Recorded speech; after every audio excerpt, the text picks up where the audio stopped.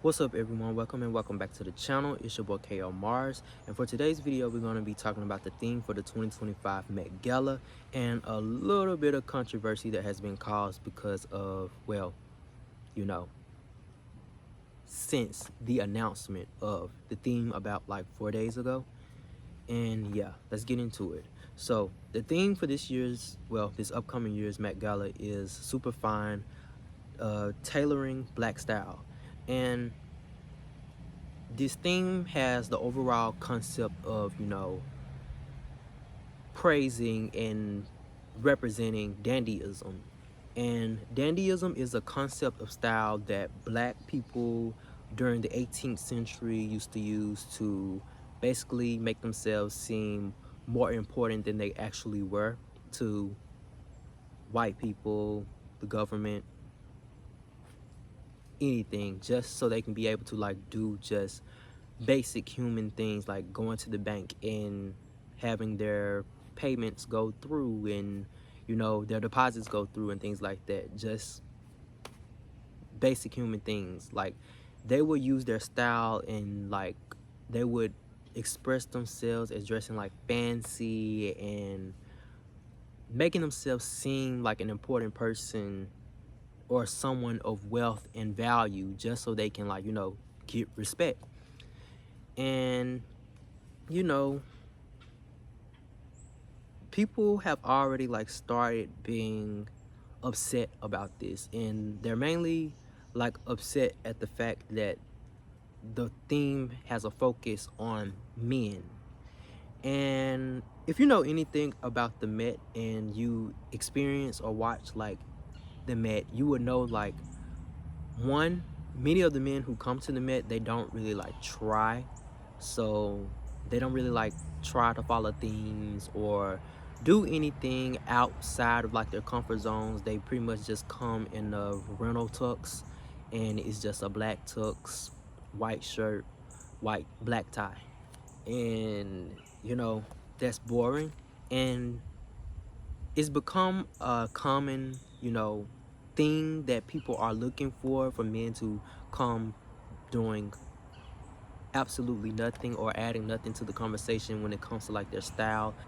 But I feel that it's unfair, although people do have their reasons for feeling that way, and they can rightfully so feel that way. I do feel like that it's very unfair to like have this feeling and thoughts towards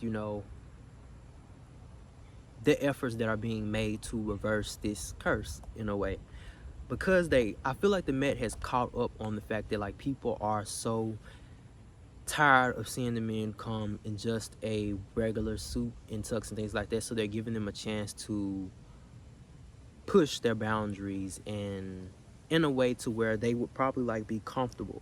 Because I feel like one of the reasons why many men don't really like attempt to try when it comes to like the themes and things like that is because they feel as though they would have to go like extremely flamboyant, and that may be too fragile. Their egos may be too fragile to do like something like that. So instead they would rather just come in something basic, like I'm just here and things like that. And I really believe that the Met this year was trying to like reverse the conversation and the negative conversation when it comes to men and what they add to the Met when they attend. It gives them a chance to not only like redeem themselves, but it gives them a chance to actually try. And I really feel like after this, like if people don't really try to bring something to the table, don't do their research and stuff like that to bring something to the table, they shouldn't be invited again, because you clearly don't really like care about fashion. I honestly truly believe that the Met invite should only be like people who care about fashion, has done fashionably amazing things and stuff like that. And people who don't really like have an interest of fashion, it just makes me wonder like, why are they getting the invite? Like, why are you there if you don't really like care about fashion and stuff like that? But yeah, Um, and also I feel like nobody should really be upset because it's not a man or woman thing or masculine feminine thing, but at the end of the day, like men exist men and women existed in the 18th century.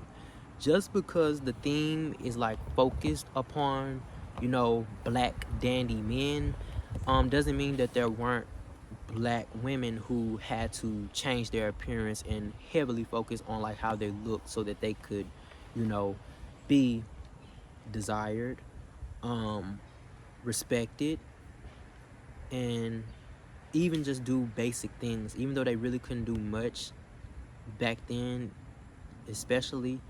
Like, they still had to put effort into their appearance. And this isn't just a black man thing, like it's a black woman thing too, and it's a thing to this day. Like, we all still have to push forward how we represent ourselves in a way that is going to be pleasing to society. And it's calmed down a lot, but it's still there. Just because it's not as in your face as much as it used to be, it's definitely still there, because there are students who are getting put out of school for having locks. There are girls who aren't allowed to be expressive with their outfits. That's why all these uniforms are placed upon black public schools and stuff like that, because they don't want us to be expressive. They don't want us to be ourselves and just like show our own creativity and stuff like that. They want us to follow the uniform and in a way water us down. And I'm really excited outside of all of this, because it gives us a time to reflect and realize that it's okay to, as men, be expressive with the way that we dress. And because even like now, not just in like how the dandies used to dress, but I feel like it has modernized, like the way that a lot of the men who are like influenced by fashion and stuff like that, they still play it safe by only playing into like styles that are no longer like expressions of themselves. Like, nobody has a personal style. Everyone has a style that is based upon trends that have created due to somebody else breaking the norm and stuff like that. Like, people wearing the jorts and long socks and Timberland boots, nobody would wear that like a few years ago. Jorts were literally like looked down upon, and everybody was wearing like the the hoochie dash shorts and stuff like that. They weren't talking about wearing no jorts or shorts that long. Like, you were talked down upon for doing something like that. But because it has been made the norm by people who are more prone to breaking the norms and experimenting with their style and things like that, it gives people the confidence to follow, because it's very easy to follow than it is to innovate. And yeah, I feel like this theme gives us a chance to realize that you can bring something to the table. You don't have to always copy the wheel. I hope that makes sense, but it makes sense to me. And also with this theme, I'm just really excited to see what people are going to do. I'm hoping that people don't like just go back to, I don't want to have any expectations really for what I hope that the Met looks like. I just hope that somebody, well, not somebody, I hope that majority of the men who attend, they put effort into this theme and, you know, bring something to the table and have a story to tell behind their looks. They're not just dressed to be on theme, but they actually have a story behind their look and the inspiration and things like that. I'm already thinking about, we're gonna see a lot of, you know, Tom Brown, because he never misses a moment at the Met. Hopefully we get some in Vivienne Westwood blazers, because I feel like they do a really good job with their blazers, and like the tailoring on them is always dope, especially Louis Vuitton as well. I remember the last few, with the collection after Virgil died, the one where it was like Hot Wheels and stuff like that, and Kendrick Lamar performed sitting down with the mic after his album had just released. I really love the tailoring on those suits, so I really feel like they could do that as well. I'm hoping to see Botter, because Botter is one of the best, in my opinion, brands out when it comes to like suits and things like that. Very underrated. And also there probably would be a lot of Balmain. I mean, Balmain has amazing suits and tailoring as well. And yeah, I'm really excited for this year's Met, especially with the focus being on like men and stuff like that, because, you know, as a male, I very much look at the attendees and I'd be like, oh my god, like they're not even trying, they're making us look so bad.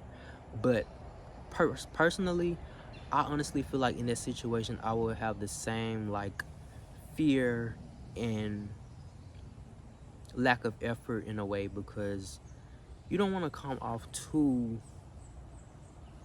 flamboyant and feminine in your styling. Like, you want to make a moment, but from what we've seen, like the only way that men makes a moment is if they wear a dress, they come in this extremely elongated suit with a cape, they wear heels and all this and that. But it's so many other ways that you can stand out even in your own masculine energy. And yeah, I'm really excited. That's all I can really say. I'm really excited, and I can't wait to see the Met. And depending on how these looks come out and how everything goes, I definitely will be doing a video on my top 10 looks like I used to do in previous years. But yeah, that's all I really have for this video, and thank you all for watching, and see you in the next one.